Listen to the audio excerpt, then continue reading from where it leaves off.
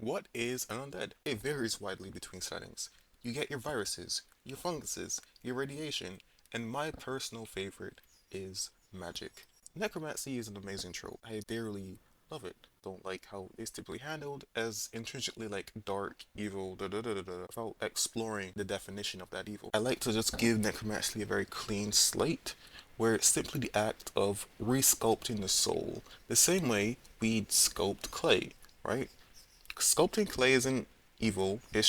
Clay is a material. You can do whatever you want with it. I think that from that point, we then have the idea to build stories about the people sculpting this clay and the effects of their work. In this video, that's what we're exploring. Options for how undeath can be non-apocalyptic and an aspect of this world's mundanity. The undead workforce. Many people are the breadwinners of their family, and they have to worry about the day that they breathe their final breath. But luckily, corporations are so friendly, family focused, and caring that they've offered you a contract. Once you have passed, you can consent to having your body given to the company as their property. They'll have your like face removed, like any identifiable aspects of you are stripped by the necromancer, and then you're raised as like this faceless pawn that can continue doing your labor.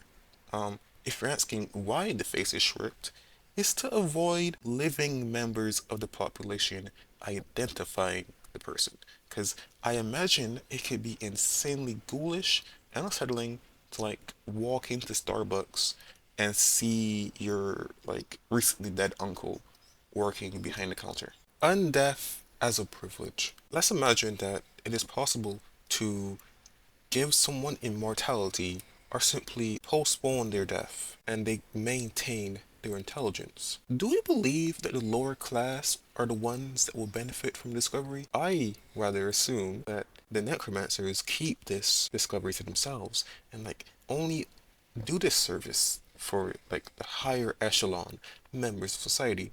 Imagine a family known for their craft, a renowned family of blacksmiths, or a lineage of knights.